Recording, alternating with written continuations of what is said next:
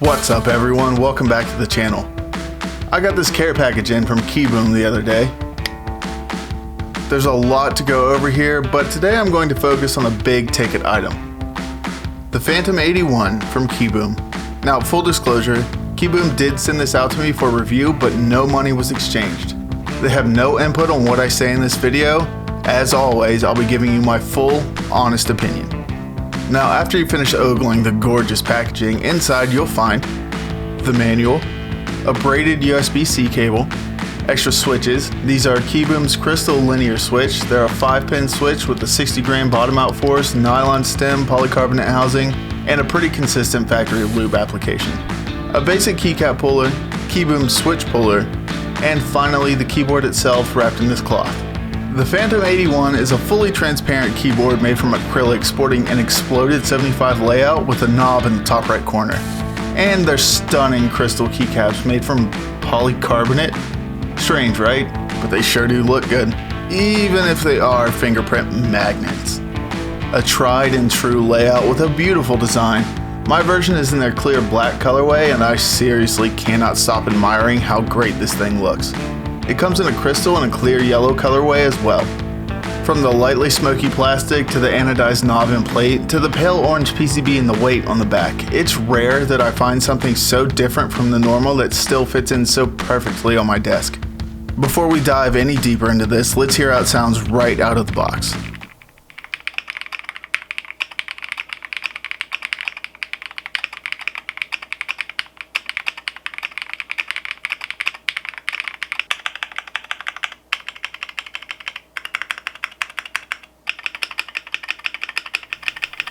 This thing sounds pretty solid just the way it comes. I don't really know how to describe the sound. It's kind of clacky but still deep despite being loud. Whatever it is, I like it. The stabs definitely need work, but that should be easy enough to take care of. The knob is a touch wobbly, but not much more than something like the GMMK Pro. Not a complaint from me at all. It also has a really nice tactile feedback on both the rotation and the push. And as you could probably see, it's got RGB! This board is an absolute light show. Despite the flickering you see on camera, it's flawless in person. And it's all south facing, which is always great to see. But I'm not going to put you through the constant flickering, so I'll keep it off for the remainder of the video. You may have also noticed that it's not plugged in. That's because you can connect the Phantom81 through USB, the wireless dongle, or via Bluetooth. So far, I'm really impressed with this board.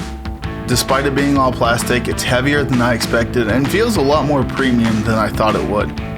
And most importantly, it sounds and feels great to type on, especially for only being $159 USD. Let's get this thing apart before I go giving any final thoughts though. The knob is just held on with a small Allen key. They don't include one in the box unfortunately, so I hope you have one lying around. I'd love to see them include one with their boards going forward if they plan on marketing to the beginner enthusiast crowd. The case screws are your normal Phillips screws, but they're recessed so deeply and the hole is so small that I had to dig out a screwdriver that could fit it from an old Keychron box. Not everyone will have that option available to them though. Again, I'd like to see KiiBOOM include tools for disassembly with their boards going forward if they plan on continuing to market to this crowd. You don't need any special tools to hit that subscribe button though. Wink wink. But after you get the screws out, disassembly is pretty straightforward from there. You have two cables under the PCB to remove.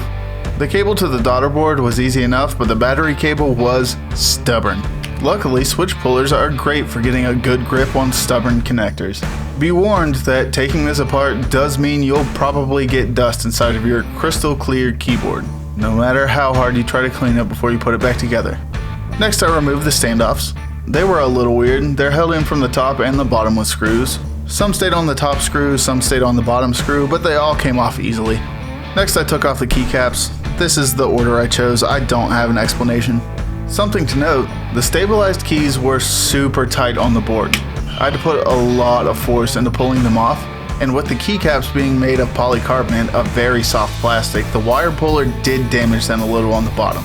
I don't notice this during normal use, but just keep in mind that these keycaps can be easily damaged if you're not careful with them. Definitely 100% do not use those cheap plastic keycap pullers on these keycaps. You will scratch them. While I pulled their switches, I decided to use their included switch puller since it's a product you can buy from KiiBOOM's website. For a $5 switch puller that feels pretty thin and flimsy to the touch, it did really well. It only put minimal scratches on the plate, very little paint chipped off, it didn't bend out of shape after pulling 80 switches snugly fit into their plate, and it's thin enough to reach switches in a tighter spot without much trouble or worry of damaging the case. Once the switches are gone, we can finally get a look at what's really going on in here. The alu plate has flex cuts even though there's basically no flex at all. The gaskets are weird. There's a small piece of silicone on the top of the plate while the bottom is part of the rest of the silicone dampening sheet. Very similar to the KBD67 light setup, except KiiBOOM also opted to make the silicone dampener a switch pad as well. I like the sound of it. Silicone is different enough from PE foam to keep it from sounding like every other PE foam mod, but again, with it all being one piece, it removes the options from the end user without cutting up the dampener. Also on the website, it definitely says that it has pour-on plate foam, but it's all just silicone in mine. I'm not sure if they meant to change it at some point or forgot or what. At least I prefer silicone switch dampeners over pour-on most of the time anyway, but if you don't like exactly how it comes and you're not comfortable cutting it up, you're kind of out of luck here. There's no case dampening at all, but I don't think it really needs it. It's not hollow sounding at all. Plus, putting anything in the bottom case would ruin the aesthetics. Next up is stabs. The Phantom81 comes with some no-name factory lube screw-in stabs. I love to see that they're screw-in. I was fully expecting just the cheapest plate mount stabs like on most Prebuilts, but this was a pleasant surprise. The factory lube is nothing to write home about. If you just want a cool keyboard and don't care about customs, these would be great, but if you want to customize it and make it as good as you can, then these just ain't it. I was just going to clean them and hit them with some dielectric grease and then plug the butt with 205 grade 0 until they were passable, but of course it wasn't that easy. I'm not sure what these are made of, but during reassembly some of the clips that hold the wire in place ended up getting completely bent, to the point where one side of the stab housing was completely unusable. I've never had this happen to any other stab I've ever tuned.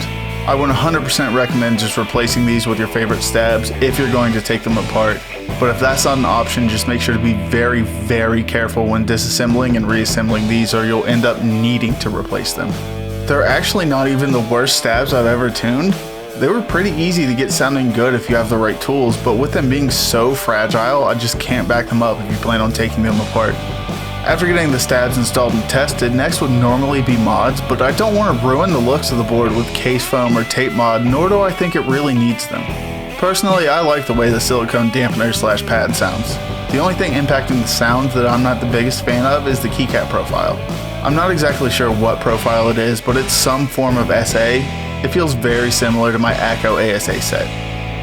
Not my favorite to type on, but not bad by any means. It just has the same problem as all sets with a similar profile.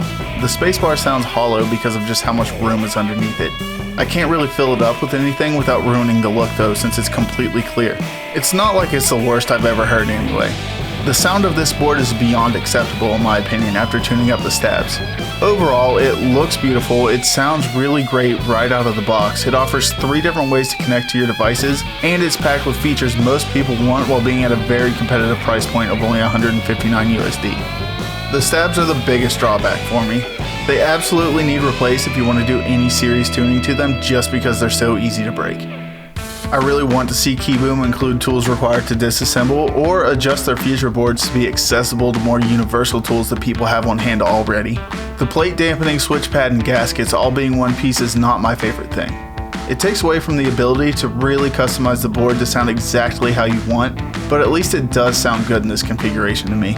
There's not really any flex in the board, but gasket mount always sounds better than tray mount just because of how consistent it makes the board sound across the entire thing. And it's not QMK VIA compatible, which isn't a big deal for newcomers, but might be a deal breaker for veterans of the hobby. Aside from the aesthetics, the switches have to be my favorite part of the whole kit.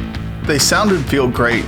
There's some slight inconsistency with the factory lube, but not enough to be a deal breaker for me. I just moved the ones that didn't sound as good to keys I use less often. I think the Phantom81 from KiiBOOM is a great board for the price. It has its drawbacks, but those mostly only apply if you plan on opening it up to tinker with it. To make up for not really doing anything to this board besides tuning stabs, I'm going to also be uploading short videos trying out the other switches KiiBOOM sent me with this board. So drop a sub and hit the bell to be notified when those come out. I'll leave you all here with the final sound test. Thank you so much for watching. You can find a link to the Phantom 81 in the description below. Be sure to hit the like button while you're down there if you enjoyed the video. And as always, I'll see you in the next one.